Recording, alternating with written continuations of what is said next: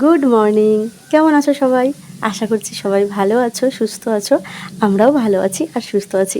আরও নতুন একটি ব্লগে তোমাদের সকলকে জানাই অনেক স্বাগত আর অনেক অনেক ভালোবাসা।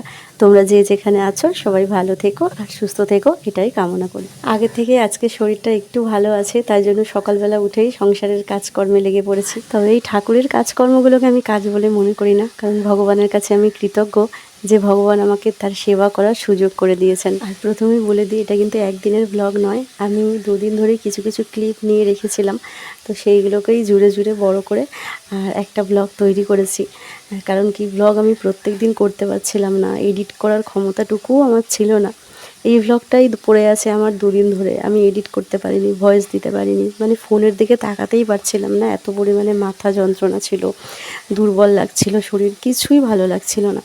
তো সেই কারণে একটু একটু করে ক্লিপ নিয়ে রেখেছিলাম যখন টুকটাক কাজ করছিলাম, তো সেইগুলোই জুড়ে জুড়ে একটা ব্লগ তোমাদেরকে দিলাম। একা সংসারে মেয়েরাই যদি বিছানা সজ্জা হয়ে যায়, তাহলে কোনো কিছুই ঠিকঠাক থাকে না, গোছানো গাছানো থাকে না।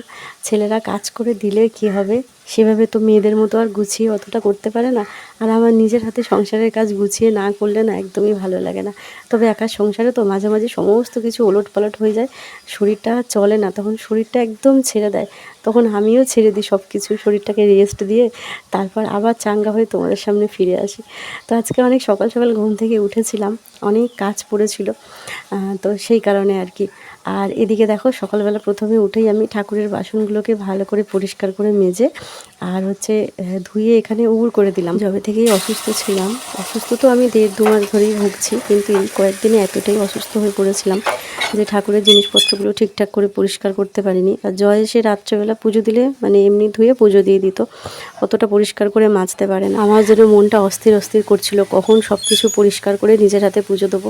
তো সকালবেলা উঠে ওইগুলো পরিষ্কার করে উবুড় করে দিলাম জল ঝরানোর জন্য। আর আজকে সকালবেলা একটু ডিম রুটি বানাচ্ছি, জানো তো অনেক দিন ডিম রুটি খাওয়া হয় না। আর আমি একটা ডিমকে এইভাবে ফেটিয়ে বাটির মধ্যে 2টো ডিম কি সুন্দর কভার করি, দেখো মনে হয় যেন 2টো ডিম দিয়ে এই ডিম টোস্ট বানিয়েছি আর কি। একটা ডিম দিয়েই করি, ভীষণ ভালো হয় এটা খেতে, জানো তো। একটুখানি পেঁয়াজ আর একটুখানি গোলমরিচ দিয়ে এটা করে নিলাম, আর একটুখানি চিলি সসও নিয়ে নিচ্ছি। এই চিলি সসটা শেষ হয়ে গেছে, ছোটোটা একটা বড় এনেছি, দেখাচ্ছি তোমাদেরকে একটু পরে। অনেক দিন বাদে আজকে ডিম রুটি খেলাম, জানো তো। সকালবেলা সেরকম কিছু করাও হয় না আর খাওয়া হয় না, যে টাকা যা থাকে খেয়ে নিই। আর কাজের চাপে তো মুড়ি টুড়ি খেয়ে সকালবেলা উঠে খেতে ইচ্ছা হয় রুটি তরকারি, সেটা কোনো জন্মেই আমি হয়তো খেতে পারবো না। সকালবেলা অত ভোরবেলা উঠতে পারি না, কারণ আমি ঘুমাই 2টো, 2:30, 3টে এরকম বেজে যায়, জানো তো। সময়টা কি করে যে চলে যায় আমি বুঝতেই পারি না। এখন করে দুপুরবেলা আমি ভাত খাই 3টে, 3:30 এরকম, সকাল থেকে এডিট, ভয়েস, ঘরের কাজ, এই ক্যামেরা অন করা, এই করতে করতে করতে করতে আমার দুপুর 3টে বেজে যায়। আর ঘরে তো প্রচুর কাজ থাকে না, ছেলেরা সেই সব বোঝে না। জয় খালি বলে কিছু করতে হবে না, কিন্তু ঘর এরম অগোছালো করে কোনো মেয়ে কি রাখতে পারে বলো তো। তো যখন আমার শরীর ভালো হয় আমি গোছাতে শুরু করে দিই, তো এই করতে করতে আমার বেজে যায় 3টে, 3:30 ভাত খেতে। আর রাত্রেবেলা ওরকম হয়ে যাচ্ছে 12টা, 12:30, যেহেতু জয় এসে তারপর রান্না করছে। আমিও করছি হাতে হাতে, কিন্তু কি ও আসার পর বাজারটা করে নিয়ে আসছে, তো তারপরে রান্নাটা হচ্ছে, সেই কারণে দেরি হয়ে যাচ্ছে। এবার সন্ধ্যের পর থেকে আমি এডিটও করতে পারছি না, জয় ঘরে চলে আসে, এবার কাজকর্ম, সবজি কাটা, রান্না বান্না, এইসবের চাপে কি হয় আমি আর এডিটটা করে উঠতে পারি না। এডিটটা আমি যখন করি, যখন সব মানুষ ঘুমায়, সবাই ঘুমিয়ে পড়ে মাঝরাতে, তখন আমি এডিটটা করি। এডিট করতে করতে আমার বেজে যায় 3টে, 3:30। এবার ভাবো, ভোর 4টের সময়, 3টের সময় একটা মানুষ যদি ঘুমোতে যায়, সে সকালবেলা কি করে উঠে টিফিন বানাবে। সেই কারণে আমার আর হয় না ঘুম থেকে, তবুও এখন খুব একটা বেলা করি না, জোর 8:30, 9টা, 9:30 এরকম আমি উঠে যাই। এক্ষুনি একটা কত বড় বিপদকাণ্ড ঘটলো, দেখো। ফোনটা জানলার উপরে রেখে ভিডিও করছিলাম, ওখান থেকে অনেকটা উঁচু থেকে ফোনটা পড়ে গেছে। ফোনের কানার দিকটা একটুখানি ভেঙে বলবো না, একটুখানি কি বলবো, একটু যেরকম ছাল মতো উঠে যায় না, ওইটা হয়ে গেছে। ওপর থেকে একটা দমকা হাওয়া দিয়েছে জানলা থেকে, আর ফোনটা ওপর থেকে পড়ে গেছে। আমার ট্রাইপডের ওই মাথার ওইটা খুব শিগগিরই নিয়ে আসতে হবে, জানো তো। এবার মাপ ছাড়া তো আনা যায় না, ওটা আমাকে নিয়ে গড়িয়াহাট যেতে হবে, কারণ আমার তো স্ট্যান্ড আছে, ওই মাথাটা শুধু খারাপ হয়ে গেছে। তো গড়িয়াহাট ছাড়া ওটা আমি পাবো না, আমাদের এখানে খুঁজেছিলাম কিন্তু পাইনি। এক্ষুনি অনেক বড় একটা ক্ষতির হাত থেকে বেঁচে গেলাম। তো যেটা বলছিলাম, এবার রাত্রেবেলা এডিটটা করে রাখি, ভয়েসটা দিতে পারি না, কারণ কি আমি তো ফ্যান অফ করে ভয়েস দিই, আর জয় ঘুমায়। তো রাত্রেবেলা ফ্যানটা অফ করলে তখন ওর ঘুমেরও সমস্যা হবে, সকালবেলা আবার বাইরে কাজে বেরোবে, ওই কারণে ভয়েস দিতে পারি না। পরের দিন সকালের জন্য আমাকে অপেক্ষা করতে হয়, সকালবেলা ভয়েস ভয়েস দেবো, আবার নতুন ব্লগ শুরু করতে হয়। এই কারণে আমার দেরিটা হয়ে যায়, বুঝতে পারছো তো। তো সেই জন্য আর কি খাওয়া দাওয়া সেভাবে আর হয় না। জয় বলে আমি ঘরে গিয়ে তো দেখতে পাই না সেরকম কোনো কাজ আছে। ও ভাবে যে বাসনটা মাজা হয়ে যাওয়া মানেই সমস্ত কাজ শেষ, ঘরে আর কোনো কাজই থাকে না। বলে তুই কোথায় খুঁজে পাস এত কাজ। ওকে আর কি করে বোঝাবো, একটা সংসারে কত যে কাজ থাকে সেটা একটা মেয়েই বোঝে। যাই হোক, সকালবেলা খাওয়া দাওয়া করে তো বসেছিলাম, তারপর হঠাৎ করে এই দাদা এলেন। জয় ফোন করে বললেন যে এই স্যাম্পেল নিতে এসেছেন আবার। এটা আবার দুটো টেস্ট হবে, থাইরয়েড টেস্ট হবে আর হচ্ছে ইউরিনের একটা কিছু টেস্ট হবে। টেস্ট করে করেই আমার অবস্থা খারাপ হয়ে যাচ্ছে, রোগ আর ধরা পড়ছে না। এই রিপোর্টটা দাদা বললেন সন্ধ্যের মধ্যে দিয়ে দেবেন আর কি।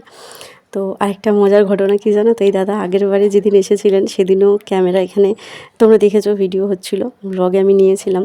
তো সেদিন দাদা আর কিছু জিজ্ঞাসা করতে পারিনি, আজকে জিজ্ঞাসা করছিলেন যে এই ভিডিওগুলো কি করেন। তো বলছিলাম আমি আর কি যে ইউটিউবে ভ্লগ করি, তো ওখানে পোস্ট করি। সবাই আমার ভ্লগ দেখে, তো সবাই জানে আমি অসুস্থ, তো সেই কারণে আর কি। তো তারপর আর দাদা কিছু বলেননি, বললেন ও ঠিক আছে। আর আজকে সকাল থেকে জানো তো একটু ভালো কিছু খেতে ইচ্ছা করছিল। তো ঘরে ছিল সয়াবিন, আরও যা যা লাগে সমস্ত কিছু ছিল। তো ভাবলাম যে চলো আজকে একটু চিলি সয়া বানানো যাক। তো সেই কারণে চিলি সয়া বানাচ্ছি আজকে। সয়াবিনটার মধ্যে একটুখানি আদা রসুন পেস্ট আর সয়া সস, একটু গোলমরিচ আর একটুখানি হলুদও দিয়েছিলাম, একটা ডিম আর হচ্ছে অ্যারারুট দিয়েছিলাম আর নুন একটুখানি দিয়ে ভালো করে মাখিয়ে অনেকক্ষণ রেখে দিয়েছিলাম। এখন পকোড়াটা ভেজে নিচ্ছি। যেই কাজটা আমার ক্যামেরা ছাড়া করলে 30 মিনিটে হয়ে যেত, সেই কাজটা ক্যামেরা হাতে নিয়ে করতে না 1-1.5 ঘন্টা সময় লেগে যায়। কেন জানি না মানুষ এই কাজটাকে কাজ বলে মেনে নিতেই পারছে না। কিছু মানুষ আছে যাদের কি বলবো, প্রত্যেকটা মানুষের নিজের জীবনে একটা কাজ থাকে, প্রত্যেকটা মানুষের লাইফস্টাইল আলাদা হয়। কিন্তু কিছু মানুষ অপরকে ছোট করতে এতটাই ব্যস্ত থাকে যে অপরের কোনো কাজকেই সে কাজ বলে মনে করে না। কিছু মানুষ এটা বলে আর কি যে কি ওই ভিডিও করে, কি করে সারাদিন খেয়ে দিয়ে কাজ নেই ভিডিও করে বেড়ায়। ভিডিও করাটাই আমার যে কাজ, সেটা আমি ওদেরকে কি করে বোঝাবো। আর কিছু মানুষকে কখনো বোঝানো যায় না।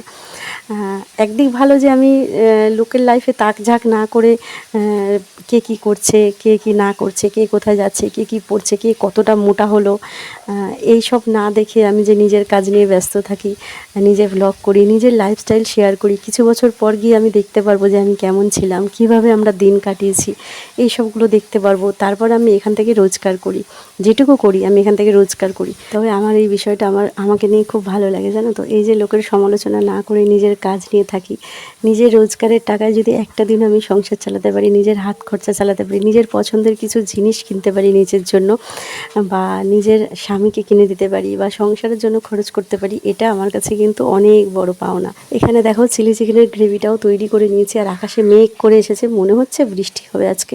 যা গরম পড়েছে, একটু বৃষ্টি হলেই ভালো হয়, জানো তো। তো এখানে chilli sauce, soya sauce, tomato sauce আর পেঁয়াজ, গোটার মানে কুচি রসুন, কাঁচা লঙ্কা, এই সমস্ত কিছু দিয়ে একটা সস বানিয়ে নিয়েছি। তারপর সয়াবিনের পকোড়াগুলো ওর মধ্যে দিয়ে দিয়েছি। তারপরে দিলাম একটু হচ্ছে ওই অ্যারারুট গোলা জল, একটু গ্রেভিটা করে নিলাম। আর এদিকে দেখো চলে এসেছে ঝমঝমিয়ে বৃষ্টি। ভেবেছিলাম বৃষ্টিতে ভিজে স্নান করবো, জানো তো। যা গরম লাগছিল, মানে মনে মনে ভেবে রেখেছিলাম আর কি বৃষ্টি আসলে স্নান করব বৃষ্টিতে। কিন্তু বৃষ্টি মানে আমার কাজ শেষ হওয়ার আগেই বৃষ্টি থেমে গেছে। তো সমস্ত কাজ শেষ করে ঘর দোর মুছে পরিষ্কার করে তারপরে চলে গেছিলাম স্নান করতে। আর আজকে মনের মতন করে ঠাকুর ঘর সব পরিষ্কার করে সুন্দর করে পুজো দেবো। বিছানার উপরে এত জামা কাপড় ঢিবি হয়েছিল, সেইগুলো গোছাতে আমার যে কতটা সময় গেছে। কারণ কি 2-3 দিন ধরে কাচা হচ্ছিলো একটু একটু করে, সেগুলো সব জড়ো হয়েছিল। সেগুলো যে গোছাবো আমার শরীরে সেটুকু ক্ষমতাও ছিল না।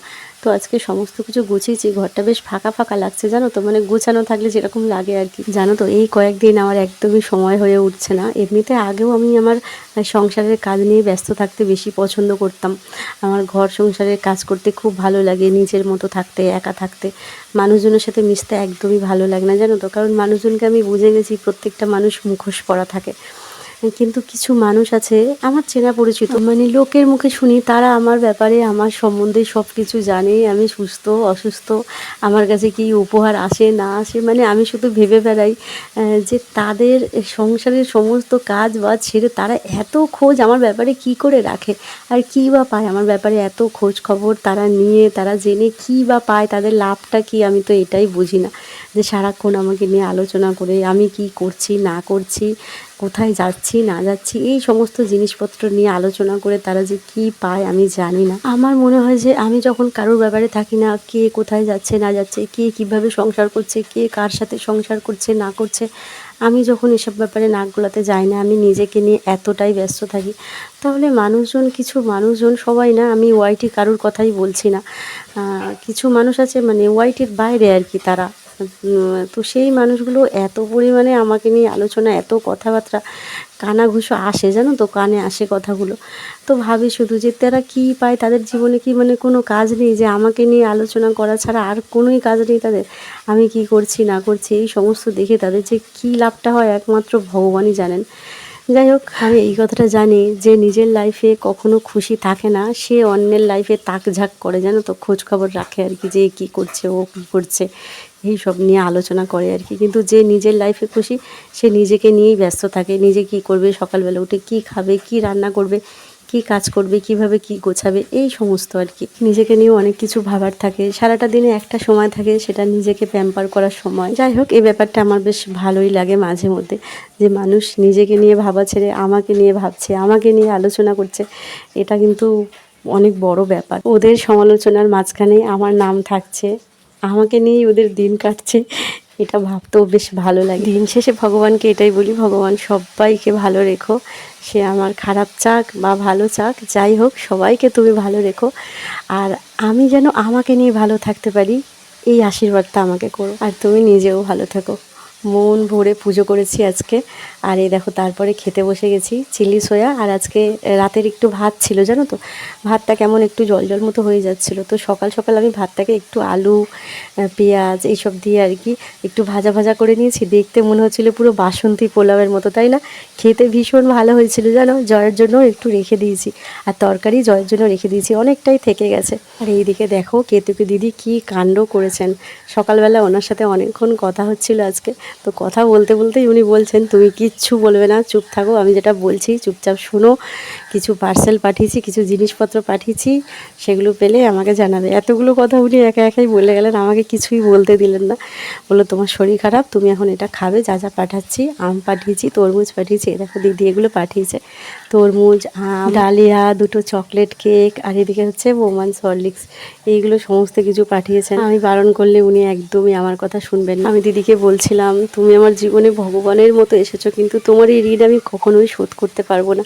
দিদি বললেন যে এই কথাটা আর কখনোই বলবে না। সত্যি মানুষটা আমার কাছে ভগবান। আগেও যে টেস্টগুলো দিয়েছিল সেগুলো শোনা মাত্রই দিদি কিন্তু টেস্টগুলো সব নিজেই করিয়েছে, আর এইবারে যে টেস্টগুলো দিয়েছে আমার 6টা 7টা, তো সেইগুলোর সমস্ত টাকা টেস্ট হওয়ার আগেই রাত্রেবেলা দিদি পাঠিয়ে দিয়েছেন, পাঠিয়ে দিয়ে তারপর বলছেন যে পেয়েছো নাকি দেখো। অনেকবার মানা করেছি, দিদি কিছুতেই শোনেননি।